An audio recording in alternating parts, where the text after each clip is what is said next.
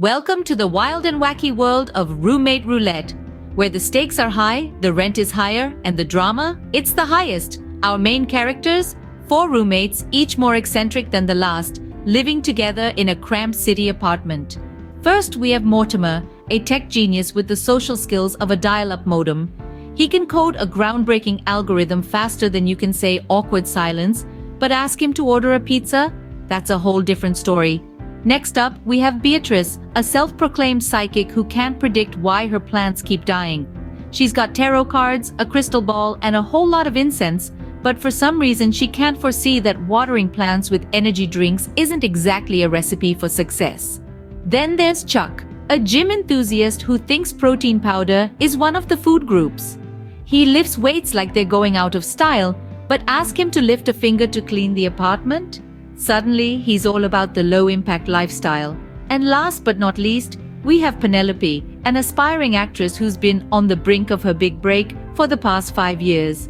She's got the drama queen thing down pat, but her Oscar-worthy performances typically happen during arguments about whose turn it is to do the dishes. As we delve deeper into the labyrinth of our eclectic city apartment, we find ourselves in the lair of Mortimer, the tech genius.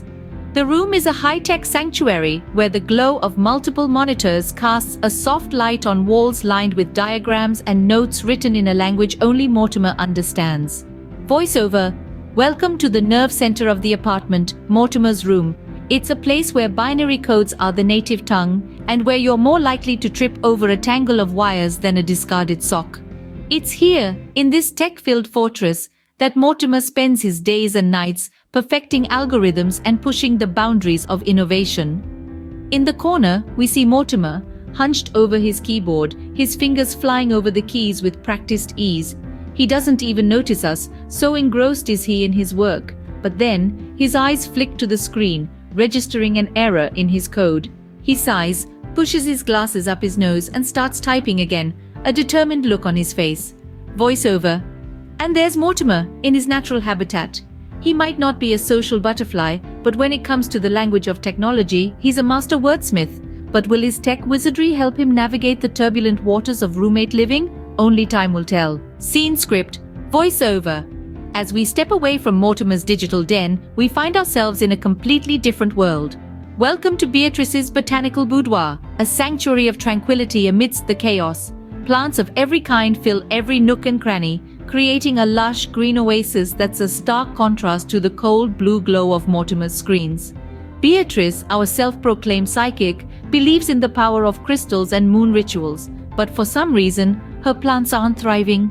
Could it be the lack of sunlight in the apartment, or perhaps, is it something more supernatural? Just then, we see Beatrice, draped in a flowing robe, humming a soft tune as she waters her plants. She cradles a wilting fern, whispering soothing words to it before moving on to the next plant. Her room is a maze of hanging plants, cacti, and a collection of crystals arranged on a small wooden table. Voiceover: And there's Beatrice, the plant whisperer. She might be able to predict your future, but she can't seem to predict why her plants keep dying. Is it her overzealous watering or her choice of incantations? We can't say. But what we do know is that her love for nature and the supernatural will play a crucial role in the upcoming roommate drama. Stay tuned, for things are about to get interesting.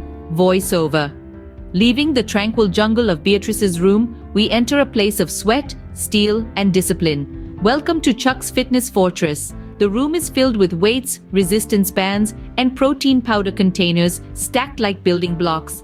Here resides Chuck, a gym enthusiast who thinks protein powder is one of the food groups. His room is a testament to his dedication, with posters of bodybuilders and fitness quotes plastered on the walls. There's even a makeshift pull-up bar attached to the doorframe.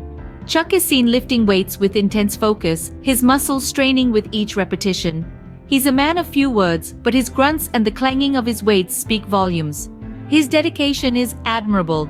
But as we'll soon discover, his passion for fitness might just be the catalyst for a household cataclysm. Will the roommates survive the onslaught of Chuck's DIY home gym? Only time will tell. Voiceover: As we step out of Chuck's fitness fortress, we find ourselves in a scene straight out of a Broadway theater. Welcome to Penelope's stage of dreams. A spotlight shines on a makeshift stage where a lone figure stands, rehearsing lines with the fervor of a star waiting to be born. This is Penelope's domain, an aspiring actress who's been on the brink of her big break for the past 5 years. The room is a testament to her passion, with scripts scattered across the floor, a rack full of costumes in the corner, and a wall full of headshots and audition notices. A worn-out mirror stands against one wall, reflecting Penelope's determined expression as she practices her monologues. Here, every day is a performance, and every piece of furniture is a potential prop. But as we'll soon discover, Penelope's dramatic flair might just add more fuel to the fire in the upcoming conflict. Will her thirst for the spotlight help or hinder her roommates in the chaos to come? Only time will tell. Conflict arises when Mortimer, in a bid to improve his social skills, invents a robot named Minglebot, who's designed to be the life of the party. Unfortunately, Minglebot's idea of partying involves blasting techno music at 3 in the morning and making smoothies out of Beatrice's sacred crystals. Beatrice, in turn, tries to exorcise the apartment to rid it of the technological demon, causing the Wi-Fi to go haywire. This results in Chuck being unable to stream his workout videos, leading him to attempt a DIY home gym setup involving a lot of duct tape and the living room furniture. Meanwhile, Penelope, seeing an opportunity for some real-life drama, decides to document the whole debacle for her acting reel. This only escalates the chaos, as her directorial style involves a lot of shouting and dramatic close-ups of the wilting houseplants. Just when it seems like things can't get any more chaotic, Minglebot announces that he's invited over 100 people to a mega mixer at the apartment that very night. The roommates stare at each other in horror as the doorbell rings, and a crowd of partygoers can be heard on the other side. Will our roommates survive the party of the century? Will Minglebot learn the meaning of indoor voice? Will Beatrice's plants ever recover? Find out next time on Roommate Roulette. Cue the end credits and leave the audience hanging on for more.